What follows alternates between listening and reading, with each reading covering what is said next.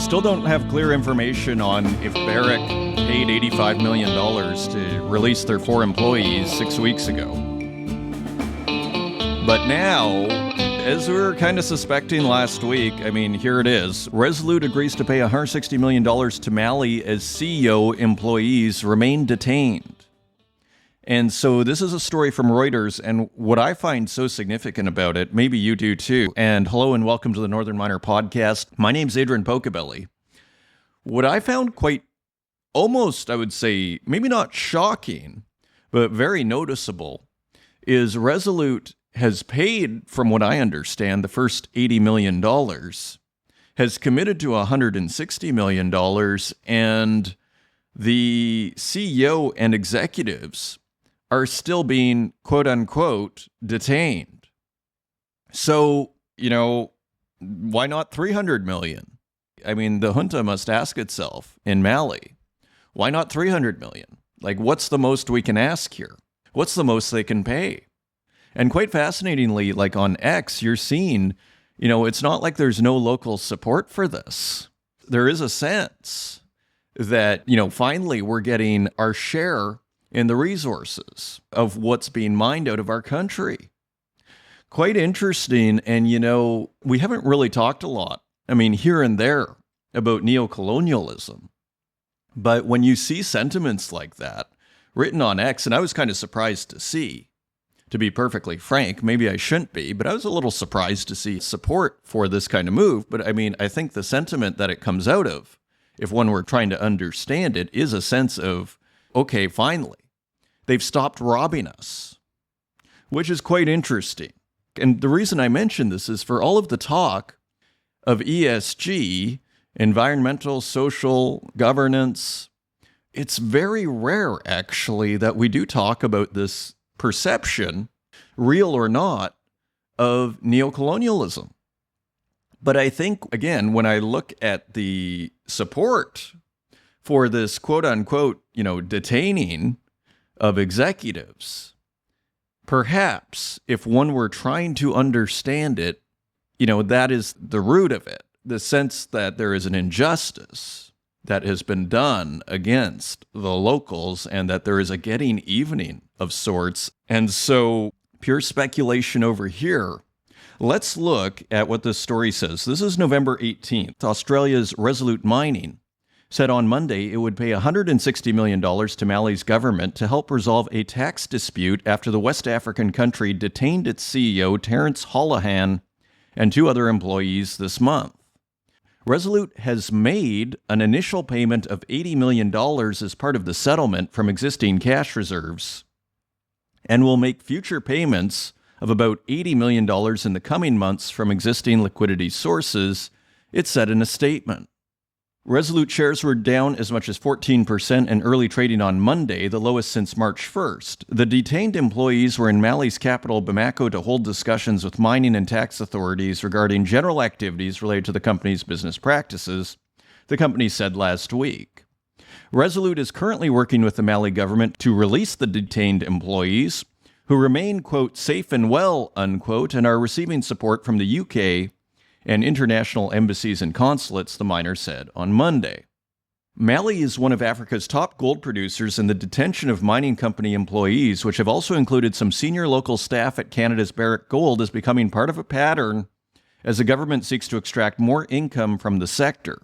I wonder how the governments feel about this, because there is a, sense that once you start paying, we're calling these detentions, right? But once you start paying what frankly are starting to look like ransoms, put it this way, it's legitimate to ask the question whether they should be paid. Now, of course, it's completely understandable that they would.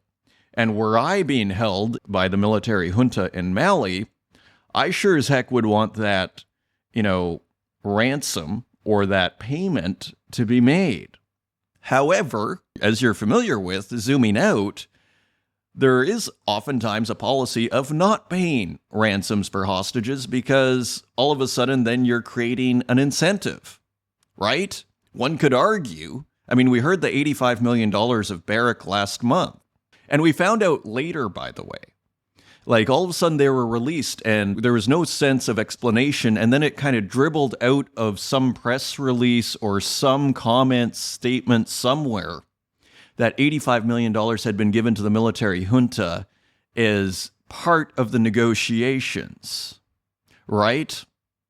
And so it's really hard not to connect that $85 million to the release of those 4 barrack employees, because here we see now $160 million, almost double the previous bounty, is now being demanded on in the name of fulfilling tax obligations that were being called unsubstantiated, claims only 1 or 2 weeks ago. And now all of a sudden, where the rubber meets the road, so to speak, when reality hits and you are facing a CEO and 2 executives who are really being held against their will, politely being called detainment for the time being, it really does make you wonder, what is the reality here? Are these taxes, or is this a ransom? I think it brings up a very interesting question. What is the appropriate response from the mining community? What do governments say? Pay the money? Is it none of the government's business? Is it really between the mining company and the local government, in this case, the military junta in Mali? What does the UK government have to say about this? What does Australia's government have to say about this? What does the US have to say about this? Again, we're kind of going into, weirdly, I would argue, would you call this a geopolitical event? And I think it does start to become one, I would argue, because you're dealing with the leaders of natural resource companies that hold, you could call them strategic assets. Now, this is a gold company. So sure, it is strategic financially, but it is not really the same as, say, what's going on in Myanmar, which we're going to see in a second. The rebels are starting to sell the rare earths. We're going to get to that shortly. Let's finish the headlines here on Resolute Mining. And here we have quite an in-depth article actually from The Guardian. There's an article in the New York Times. So this is starting to make global headlines here. Australian gold miner to pay Mali $160 million to free detained CEO and executives. So here, it sounds like a deal is being made that in order to free these people, we're paying you $160 million. And I think we all already basically suspected that, but it's quite interesting for it to be said here. Subheadline, groups were held after a meeting about what mining firm referred to as unsubstantiated claims regarding taxes and levies. And so they've been held for almost 2 weeks now. It's been 12 days. Resolute Mining's chief executive, Terence Holohan, and 2 other employees were detained on November 8th in Mali's capital, Bamako, at the end of a meeting with government officials over tax and other state claims that the miner had previously said were, quote, unsubstantiated, end quote. Resolute, which is headquartered in Perth, said in a stock market announcement on Monday that it had already paid Mali $80 million. With the money coming out of its $157 million cash reserves, and would pay another $80 million in the coming months. And isn't it significant that they are saying that they have $157 million in cash reserves and that the outstanding tax obligation and levies is coming to $160 million? The statement said an agreement with the government, quote, provides that all outstanding claims by the government against the company, including those related to tax, customs, levies, maintenance, and management of offshore accounts, are settled, end quote. Resolute said it was working with the government on, quote, the remaining procedural steps, end quote, to secure the release of Holohan and the 2 other employees. All 3 are British citizens. So they're not being given up lightly, are they? Holohan is based in London and has also worked in South Africa, Zimbabwe, and Indonesia, according to his LinkedIn profile. Resolute said last week that the 3 staff members had been treated well and were receiving support from the UK and other embassies and consulates. Mali rewrote its mining laws last year to increase state and local ownership in the industry and extract more money from international companies. And here we have a quote from Beverly Oching, an analyst at the risk consultancy Control Risks. Quote, some have called it hostage-taking. It feels like an escalation, end quote. And indeed, the semantics on this situation have been, frankly, very polite. They are being detained. But is that really what this is? Is it a hostage-taking? Well, it sounds like they're being treated well, but they can't go anywhere. I mean, it's a bit of a gray zone, isn't it? Now, here's another interesting kind of aspect of this, which, again, dovetails right into geopolitics. Here's Ulf Lacing being quoted in this Guardian article, the Bamako-based head of German think tank Konrad Adenauer's Sahel program, who said, quote, Mali really needs money.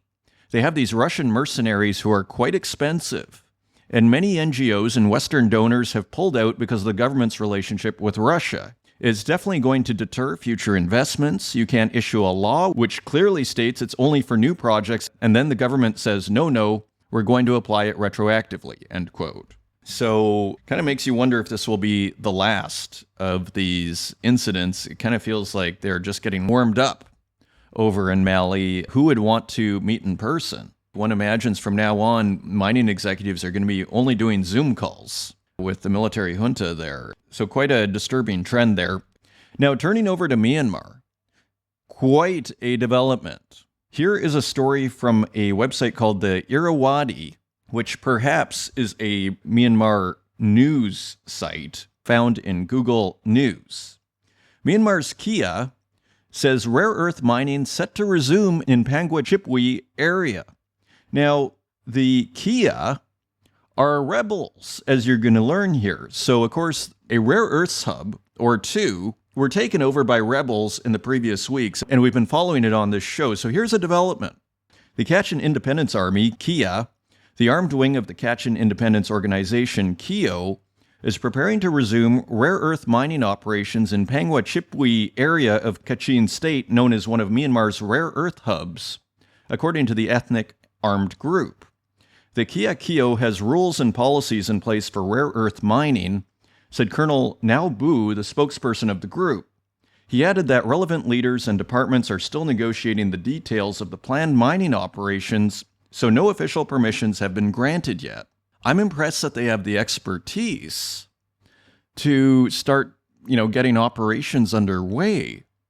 Let's continue. Pangwa, a town in Chipwe Township, was seized by the Kia in October. It is home to rare earth mines, mostly operated by Chinese businessmen. Before that, the Kia and allies took control of Chipwe Town in late September. The towns are in the territory known as Kachin State Special Region 1. In addition to the two towns, the region encompasses other mining hubs including Tsao La, Kanpikati, and Wang Mao. The Kia and allied resistance forces, including the People's Defense Forces, PDF, under the Civilized National Unity Government, NUG, have already seized most of the areas in the Special Region 1. Kanpikati, which is home to an official border trade post with China, is the only remaining town in the area that is still under the junta's control.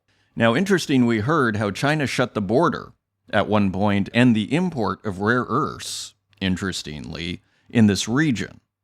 Kachin State Special Region 1 was previously controlled by Zakung Tingying, a junta-allied militia leader and a former junior commander in the Kia. With clashes between the Kia and junta intensifying near the border with China, Beijing closed all border trade posts, including informal ones with Myanmar, in late October. China's closure of border trade with Myanmar has caused shortages of goods and supplies, and prices have increased. According to local residents, the Kia has closed border gates in Leza, where its headquarters are located, as well as Maijayang and Pangwa since November 12th. And then we get a quote from an activist based in Kachin who requested anonymity. Quote, "We like the response because it shows the Kia's resistance to Chinese pressure," end quote. She added that due to this response, Chinese businesses in the rare earth mining sector will not be able to take any rare earth or any natural resource from Kachin land without the consent of the Kia, who are the rebels. Quote, "If the Kia oversees the rare earth mining operations, the revenue it gets from taxation will go back into funding the revolution and could accelerate its success. The junta would no longer have any income from rare earth mining," end quote, she remarked. And then scrolling down a bit, the article continues, a report released by Global Witness, a UK-based campaign group, in May revealed an alarming expansion of heavy rare earth mining in Myanmar. It said the world's dependence on heavy rare earths from Kachin has rapidly increased and is having devastating impacts on the local communities and environment. And get this, the group said Myanmar is the single largest source of heavy rare earth elements globally. The resource is in demand as part of the global energy transition, and heavy rare earths are vital ingredients for permanent magnets used in electric vehicles and wind turbines, it said. So if this is true, This story that we're following in Myanmar is actually gigantic. So quite a huge story to be flying under the radar like this. Coming up this episode, we have Sam Poole, Chief Revenue Officer for Immersal, who discusses the company's breakthrough software. It's a fascinating discussion on how their super precise location-based software, which is surprisingly not very data intensive. And they were applying this technology outside of mining to great effect, and all of a sudden, through happenstance, they realized that this could really work in mining, and now it's one of their biggest businesses, is the mining industry. So we're going to see how, again, this idea that we've been exploring here in recent weeks, this idea of the digital twin, right, the model of your mine, and how the idea of creating this digital twin and then super precise location, cameras, sensors, and all of these elements working together, how they are really transforming the mining industry and how metal is extracted from the earth. A very practical, real-world use case here with Sam Poole, CRO of Immersal, this episode. So a wonderful interview coming up, as well as several important news stories. So thank you for joining us once again. If you want to find us online, you can find us at northernminer.com. You can find us on X at Northern Miner, and on Instagram at The Northern Miner, and on Facebook, LinkedIn, and YouTube, where we also host these podcasts, and wherever podcasts are available, including Spotify, SoundCloud, and Apple Podcasts. And with that, let's turn to the news. So Russia has been threatening it. Now they are doing it. A big story here, Bloomberg News via mining.com. Russia takes aim at U.S. nuclear power by throttling uranium. This is November 15th. Russia is temporarily limiting exports of enriched uranium to the United States, creating potential supply risks to utilities operating American reactors that generate almost a fifth of the nation's electricity. The Russian government didn't provide details of the restrictions or their duration in a Friday statement on Telegram. Utilities tend to make purchases well in advance, so any impact is unlikely to be immediate. As Russia's prolonged war in Ukraine has made it increasingly unpopular on the world stage, the nation has repeatedly signaled a willingness to use its vast energy resources as geopolitical bargaining chips. Russia also told Austria on Friday it's throttling gas supplies, interrupting a 6-decade supply agreement currently covering 80% of demand because of a legal dispute. The latest move targets a particularly vulnerable U.S. link in the nuclear fuel cycle. Russia controls almost half the world's capacity to separate the uranium isotopes needed in reactors, and last year supplied more than a quarter of the U.S.'s enriched fuel. While most deliveries have already been made this year, a ban could have implications from 2025, said Jonathan Hinz, president of UxC, which tracks uranium fuel markets. That may leave some reactor operators without an alternative supplier. Quote, there would be some utilities made that would be expecting that material and now might not get it. End quote, he said. Canada's Cameco, one of the world's biggest uranium miners, said the cumulative risks to the supply of nuclear fuel are significant. And here's a quote from Cameco spokeswoman Veronica Baker, who said in a statement, quote, to break the dependence on Russia and other state-owned enterprises, coordinated Western responses are required. End quote. And scrolling down a bit, here's Chris Gadomski, head nuclear analyst at Bloomberg NEF, who said in an interview, quote, we don't have enough enriched uranium here. They should have been stockpiling enriched uranium in anticipation of this happening. End quote. So currently, as it also says here, the U.S. has just one commercial enrichment facility in New Mexico, which is owned by a British, Dutch, and German consortium, Urenco. Another related story, Orano warns of financial problems at Niger uranium plant. This is Reuters via mining.com. French nuclear fuels company Orano warned on Friday of a deteriorating financial situation at its Somaire uranium plant in Niger, as the West African nation increasingly looks to new partners such as Russia in its mining sector. Niger is one of the world's leading producers of uranium, the most widely used fuel for nuclear energy, with France's Orano a major player in the sector. However, the business climate for international companies in the country has become uncertain after a military coup last year. Orano said in October it had been forced to suspend production at the Somaire mine in the north of Niger, following last year's closure of the main export corridor. And here's a statement from Orano. Quote, what is being announced is in no way a cessation of operations or closing of the site, but merely the decision to place a stop on all non-essential expenditure in the current configuration, end quote. It added that recent comments made by Niger's mining minister were, quote, damaging, end quote. Speaking to Russian media RIA on Wednesday, Niger's Minister of Mines, Colonel Abarki Ousmane, questioned the future of French companies in the sector. And Ousmane said, quote, the French state, through its head of state, has declared that it does not recognize the current authorities in Niger. Does it seem possible to you that we, the state of Niger, would allow French companies to continue extracting our natural resources? End quote. So more pressure on uranium there. And final headline, this is Colin McClelland at the Northern Miner. Uranium price to recover next year on shortage and Trump policy, Sprott CEO says. So interesting there. Now, continuing on, U.S. House of Representatives approves 2024 Critical Minerals Consistency Act. This is by staff at mining.com. The U.S. House of Representatives has passed the Critical Mineral Consistency Act of 2024 with bipartisan support of Republicans and Democrats. And this is something that I believe I mentioned last week. The remarkable bipartisan nature of the support for mineral extraction. In other words, for the mining industry. This is new. This is a change from 10 years ago.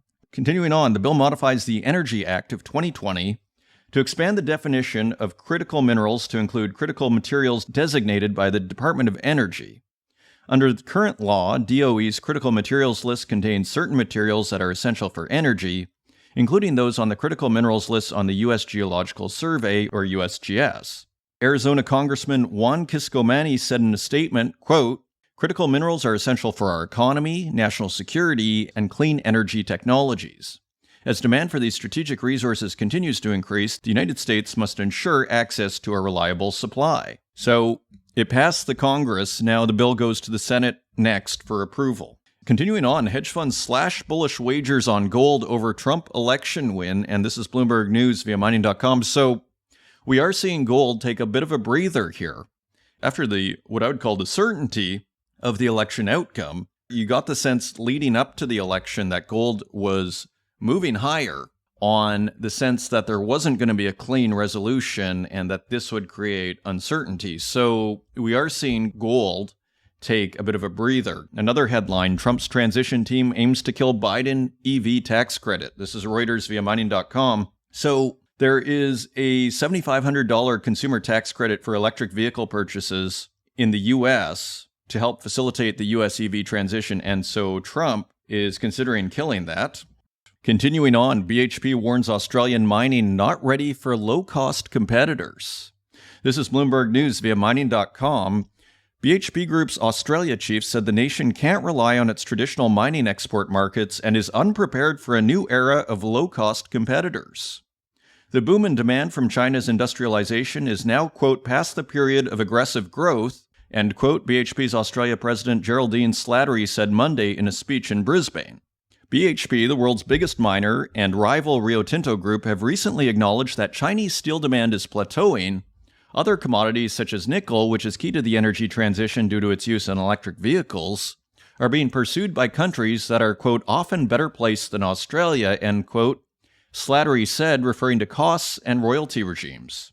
Quote, in this shifting world, there are many competitors aggressive in their pursuit of market share and the technology that unlocks a lower cost of supply, end quote, Slattery added. Quote, the shift in the nickel market tells this story the best in the recent past. For BHP, this resulted in the difficult but necessary decision to temporarily suspend our Western Australian nickel operations, end quote. Continuing on, Indonesia's January-October nickel ore imports surged by 50 times from a year ago. This is Reuters via mining.com. Indonesia's imports of nickel ore surged to 9.3 million metric tons in the first 10 months of 2024, more than 50 times the corresponding figure of 162,000 tons from the year earlier, the Statistics Bureau said on Friday.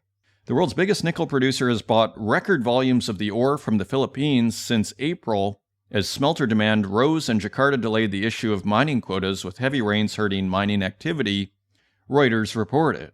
And here's a quote from Alexander Barus, Chief Executive Officer at nickel-focused Indonesia Morowali Industrial Park. Imports of nickel ore during January to October mostly came from the Philippines and China for a total revenue of $406 million, up from $7.1 million a year ago. Continuing on, Newmont sells Ontario gold mine to Orla for $850 million. This is by Cecilia Jamasmi at mining.com. Canada's Orla Mining is buying Newmont's Musselwhite gold mine in Ontario for $850 million, enabling it to more than double production of the precious metal at times when prices are hovering near record highs. Orla will pay Newmont $810 million in cash. Musselwhite is an underground gold mine in northwestern Ontario, and it has been operational for over 25 years. It has 1.5 million ounces of proven and probable gold reserves as of December 31st, 2023. So more M&A. Just a couple more stories here. U.S. government backs Aclara's rare earth separation facility. And this is by a staff writer at mining.com. Canada's Aclara Resources announced on Wednesday a collaboration with the U.S. Department of Commerce's International Trade Administration to find the best solution for its upcoming rare earth separation facility. This partnership, achieved through the Select USA program, aims to enhance operational efficiency while contributing to a resilient supply chain for critical materials essential in the U.S. high-tech sectors. And here is a quote from Chief Financial Officer François Motte, who said, quote, Aclara believes that it can contribute towards securing a resilient and independent supply chain for rare earths, which are critical materials for electromobility and other key high-tech sectors of the U.S. economy. End quote. The Toronto-based company, with offices in Chile and Brazil, uses an extraction process that reduces environmental impacts by eliminating the need for explosives and milling. The company says it recycles 95% of its water and uses common fertilizers, leaving no liquid waste that would require tailings dams. Its patented technology is designed to extract heavy rare earths from ionic clays, and Aclara aims to produce high-purity mixed rare earth concentrate from its Penco module in Chile and the Carina project in Brazil.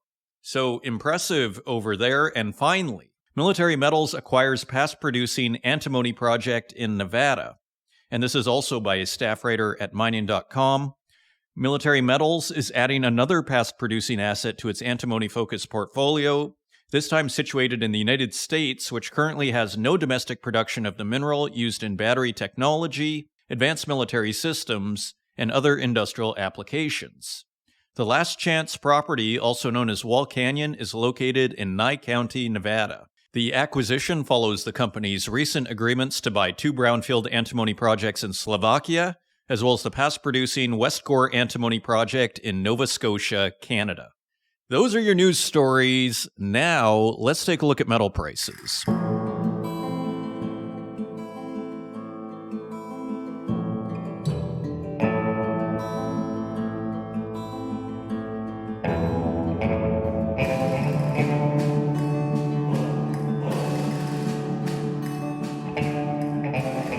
And turning to metal prices, let's take a quick look at the bond market for context. The U.S. 10-year bond is yielding 4.42%. That is 0.1% higher than last week, and continues its relentless climb over the last 8 weeks on a weekly basis here from 3.75. So now approaching the 4.5% mark on the U.S. 10-year bond. The UK 10-year gilt is yielding 4.48%, and that is 0.05% higher than last week, and hitting recent highs of 2 weeks ago. And the Italy 10-year bond is down, yielding 3.57%. That is 0.03% lower than last week. The German 10-year Bund is yielding 2.35%. That is 0.02% higher than last week. And interestingly, the Japanese 10-year bond is yielding 1.07%, and that is 0.07% higher than last week. Quite a move from 2 weeks ago when it was at 0.93%. I mean, we're up maybe 18% on yield, interestingly, on a relative basis. So that is the bond market. Now let's take a look at precious metals. Gold is trading at $2,626 even per ounce, and that is just $2 lower than last week. Silver is trading at $31.01 per ounce. That is 30 cents higher than last week. Platinum is also higher at $971 even. That is $14 higher than last week. And palladium is trading at $1,035 even. That is $58 higher than last week and back above $1,000 on palladium. Turning to industrial metals, copper is trading at $4.13 per pound, down 9 cents on the week, and interestingly, starting to approach that $4 mark. Again, don't forget Dr. Copper. It really could be a sign. Iron ore is trading at $101.76 per metric ton. That is $2 lower than last week. Aluminum is trading at $1.20 per pound. That is 3 cents higher than last week. And lead is lower at 90 cents per pound. That is 2 cents lower than last week. Nickel is trading at $7.17 per pound. That is 13 cents lower than last week. And tin is trading at $13.17 per pound. That is $1.19 lower than last week. Cobalt is unchanged at $11.02 per pound. Lithium is higher at $10.88 per kilogram. That is 81 cents higher than last week. So a nice jump in lithium. In the last week, uranium is above $80 at $81.75 per pound. That is $5 higher than last week. And zinc edges slightly lower at $1.34 per pound. That is a penny lower than last week. So zooming out, a metals market that seems to be edging sideways, but with copper at $4.13 per pound, perhaps a bit of a signal, and tin with $1.19 drop, nickel threatening $7 again at $7.17. Industrial metals perhaps are signaling a bit of a recession fear, interestingly, and those are your metal prices. Coming up, I'm very pleased to welcome for the first time to the Northern Miner podcast, Sam Poole, Chief Revenue Officer at Immersal, which is part of Hexagon, which is a global leader in spatial mapping and visual positioning systems.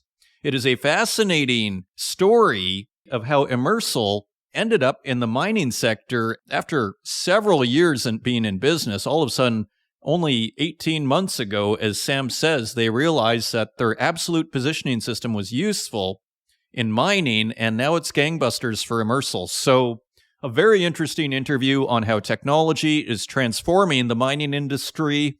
I hope you enjoy it, and I will see you on the other side.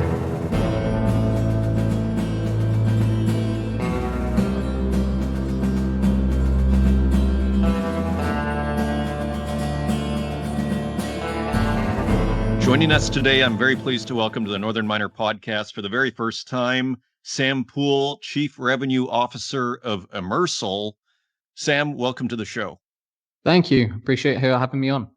It's great to have you. Of course, technology has always been important to whatever industry you're in, including mining. But it seems these days it's more important than ever, and there is so much going on that it just seems like a great idea to have you on to discuss what you guys are working on at Immersal and all of the different ways it can apply to the mining industry. So for those that are not familiar with Immersal, could you tell us a little bit about the company and what you guys are up to? Yeah, absolutely. So Immersal, we're a Finnish-based computer vision company. We were founded actually back in 2016, so we've been doing this for a long time. In 2021, we were acquired by a quite large company called Hexagon, and they have quite a specific mining division. And we focus on the geosystems side of things. So we focus on the spatial computing, digital twins, and then advancements on top of that. So typically we specialize in above ground, so outdoors and indoor buildings, so to say. And we focus on positioning there for augmented reality and spatial mapping. So that's essentially what we do in a nutshell. Okay, interesting. So it is very much about, when you say the word digital twin, generally my understanding of that is we can create a model in, the digital world of real world assets, for example. Is that correct? Yeah, 100%. So it's all about basically creating that digital twin, that digital layer of any physical location, whether it be indoors, outdoors, or even underground. Interesting. And just before we move on from that, how do you go about that? Because I think we had someone on a couple of weeks ago. They had a robot that was like automated and they scan and they were using sensors. Like, how do you go about creating a digital twin? Sure. So there's lots of ways to actually do this, right? So the industry is quite broad, but we like to narrow it down simply to images. So what we have created is a visual positioning system, otherwise known as a VPS, and all we essentially need is the images. So what we do is we construct that map using image data and orientation of the device. So when we take a picture, we also, in the back end, capture the device position and the orientation of that device. And then we just essentially build up a huge pool of images to help build out this digital twin. Okay, excellent. And so just before we get to mining, then you also mentioned positioning. And so tell us what the company can do. Like, in a sense, what does Immersal offer in terms of positioning? Like, what does that mean? Like, it's able to accurately, position elements or assets within this digital twin? Yeah, absolutely. If you want to consider the digital twin as a map of the space that you have essentially mapped out already. So let's take a city or even an underground mine, for example. What we're doing is we're creating these maps using images, and the visual positioning side or the spatial computing side is actually building out the map. And then the positioning side is based off computer vision. So what we're essentially doing is when we're taking a picture, we're running it through our systems and we're developing what we call feature points. And we produce a point cloud. It's our own type of point cloud. We call it our feature point cloud. And the positioning aspect of this is when we are in a place that has been mapped, so something that's pre-mapped already, we take an image and then we either pop that up to the cloud or onto a local device, so something that can be offline supported, and we essentially query that image against the hundreds and thousands of pictures that we've already taken, and we essentially get a match. So there's key features with everything, even in an underground mine where you could have, hundreds of kilometers of tunneling. These features are still incredibly distinct. We can't typically see them much with the human eye, but computer vision is such a powerful tool that it's able to essentially create really distinct features out of even the wall patterns and the type of rock and return back an accurate position. So with mining, of course, getting a GPS coordinate from a satellite, it's nigh on impossible. There's just no signal there. So we're a very similar thing to GPS and able to track down an actual position or an absolute position, but we just don't need to use satellites. We just take an image and query it against data sets that we've already created. And we're able to get the accuracy down to, in our current tests, around 5 centimeters. And yeah, it's getting even better. So 5 centimeters or just about 2.5 inches. Okay, fascinating. And you've already begun working with the mining industry. Is that correct? And what kind of practical applications might you get from, say, getting, super accurate positioning underground? Absolutely. So yes, we're actively working in the space and there's more and more demands coming almost daily. So some of the key applications that we are working with are things like collision avoidance systems. So attaching a camera system to a load haul truck and one to a person and being able to understand their exact locations. So collision avoidance systems is one. Asset tracking, really fantastic. That's probably our biggest. Being able to understand where each and every and all assets are in that space is really key. And that's really key for things like your ground control monitoring, your mine planning, your fleet management.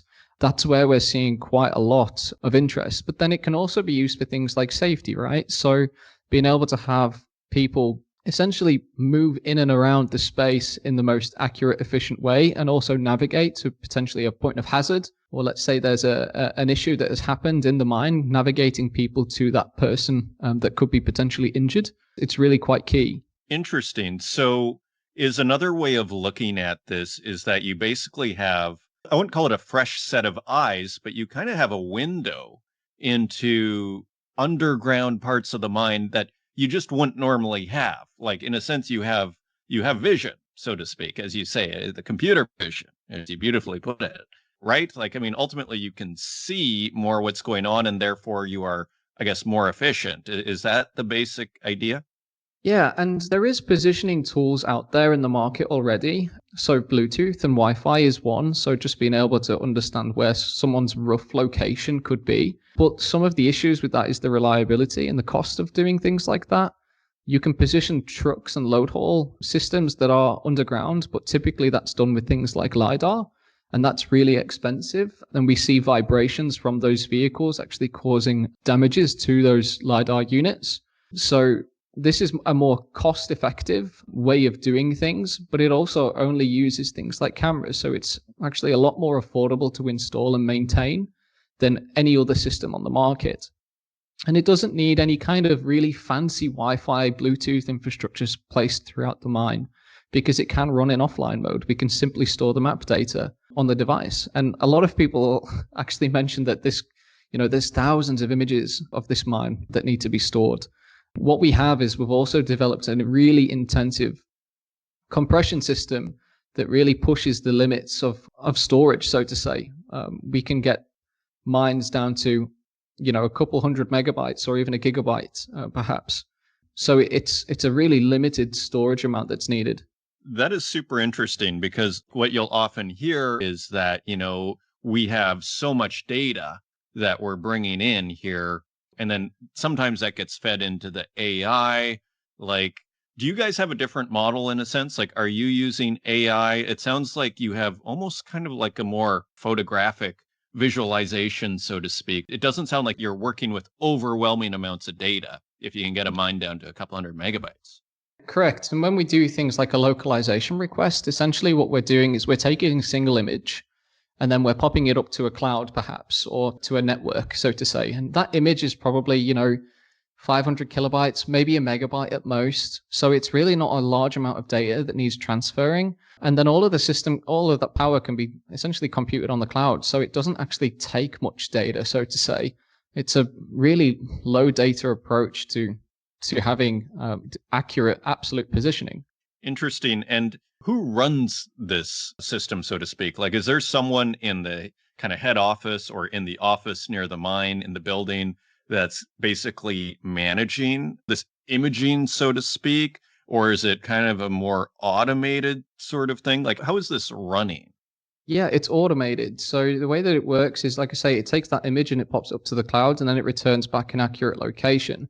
How we integrate that is completely dependent on how the customer looks to have that done. So if they're working on a more automated approach to traffic management underground, then it can just be fed, the information, the location data can just be fed into that as an integration.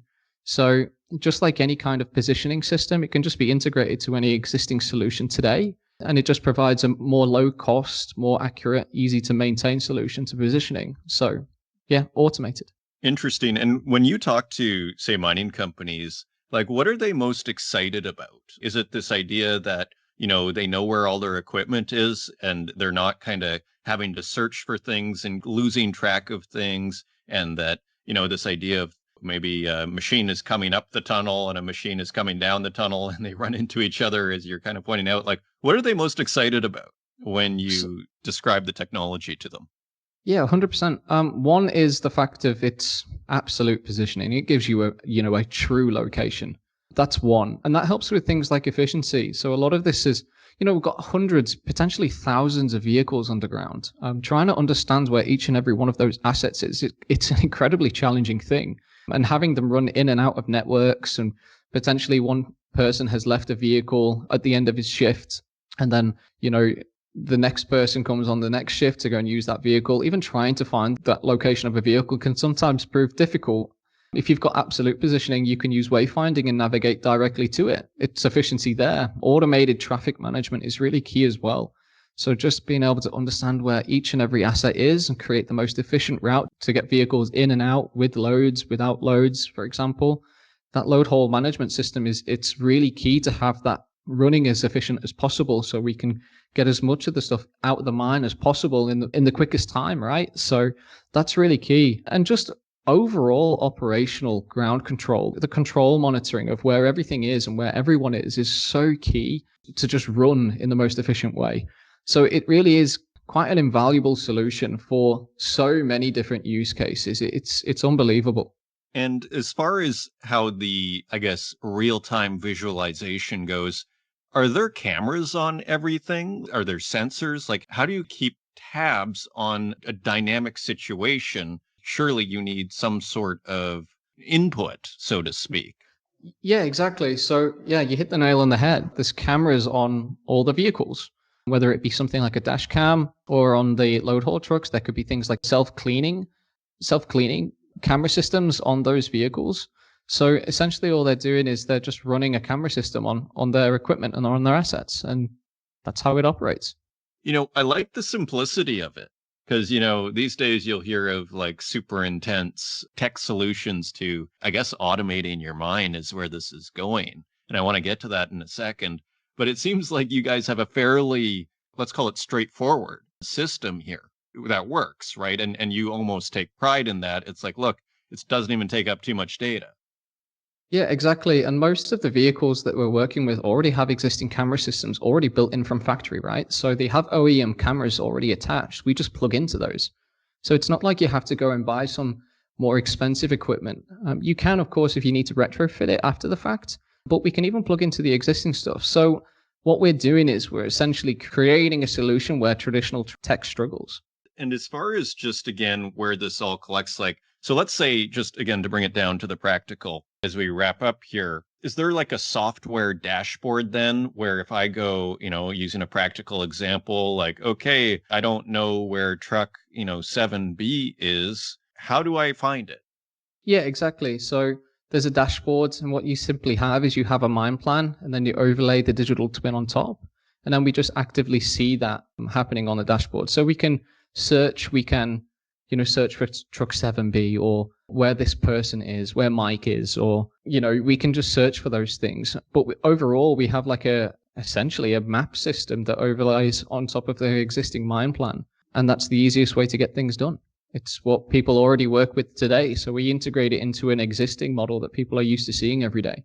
And you were mentioning how, ultimately this system started above ground and now it's something that you seem to like have discovered that, hey, this is not a bad solution at all for underground. Can you tell us about that process a little bit, from realizing that and going from above ground to underground? Yeah, absolutely. So I guess the start was city mapping. So we've mapped parts of Helsinki, we've mapped parts of Tokyo. And if you look at that map from essentially like a bird's eye view from a top down, they look like tunnels in our visual positioning. The actual maps, the roads are like tunnels, so to say. There's buildings either side, there's a floor. Some areas, of course, there isn't a ceiling, but, mapping city streets, there is some tunnels here and there. And we just understood that actually there's another industry where we can operate. And Hexagon, the company that acquired us back in 2021, they have quite a large, in fact, some argue it's probably one of the biggest mining solution providers in the world. And we just kind of reached out and said, hey, could we, jump into a test mine and try this? And it was just amazing to see the results. We hadn't modified the existing tool set or the mapping, and it just worked out the box. So we just looked into how we can make this as scalable as possible and which use cases we can see the best fit. We consulted with our partners there, and it just took off from there. So it's just gone a little bit crazy where this can go. There's so many existing solutions that we can just help improve that are out today and for tomorrow. So it just went so quickly. Just out of curiosity, I mean, how long have you been involved in mining then? Like, how long did it take you guys to make this leap? I mean, to be honest, we went to a test mine facility that we have access to, and we did a couple of tests over a couple of days, and we were just gobsmacked. We were just amazed with the results. And this was about 14 to 16 months ago. So not a great amount of time. And then over the past 6 months, 7 months, it's just been absolute haywire, just integrating with so many different existing systems that, it's just gone crazy. So it's been, 16 months at most, but the last 6-7 months, it's just been so busy just making all these integrations and learning different applications that we can integrate into. And at the end of the day, what is the takeaway for the company? Like, are they making more money because they're making less mistakes and they're more efficient? Like, is that the general idea? Or they're wasting less money, shall we say?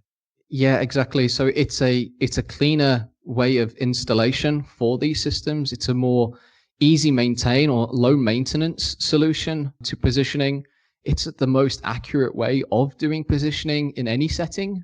As far as trying to understand absolute position. There's relative positioning, and that's like GPS. It gives you a rough coordinate, but this is like absolute.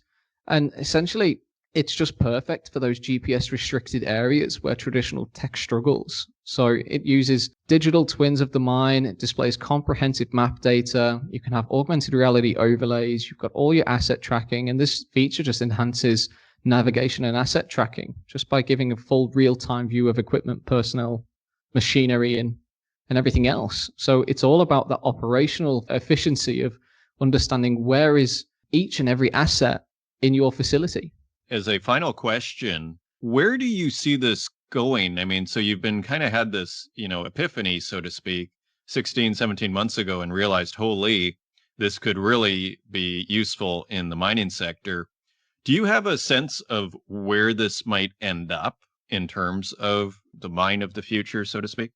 Yeah, absolutely. The future of mining, I think a lot of it will be automated. So we're already seeing teleoperations, we have people operating load hauls, dump trucks. We're seeing all sorts of different equipments being operated teleops way. So we have people, working in Southern America and they're operating equipment that's based up in Canada. This is a perfect positioning tool for that. So the person that is operating this remotely, they get accurate positioning just over the web. So we're seeing a lot of these automated trucks. We're seeing a lot of automated and teleoperated equipment. So just having, an exact location of where each and every one of those is so key. So that's where we see automated trucks and teleoperations is a really big push for us. Okay, excellent. And just finally, if people want to learn more, I guess they go to your website? Yeah, absolutely. So our website is immersal.com. So immersal.com. And that's a great way to have a look at some of the things that we do. We're not just into mining. Of course, we do things above ground as well. So there's some cool things to look into there. But absolutely, mining is our fastest. Mining and energy is by far our fastest growing markets. Sam Poole, Chief Revenue Officer of Immersal, thank you for joining us and sharing your insights on this week's Northern Miner podcast. Thank you for having me.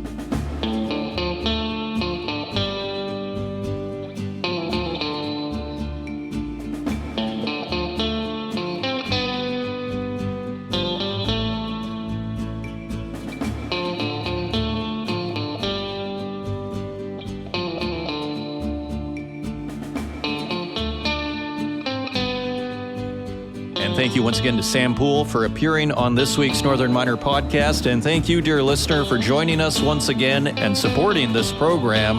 If you want to help out the podcast, please leave us a review in the Apple Podcast directory. Share it with your friends. And until next week, take care.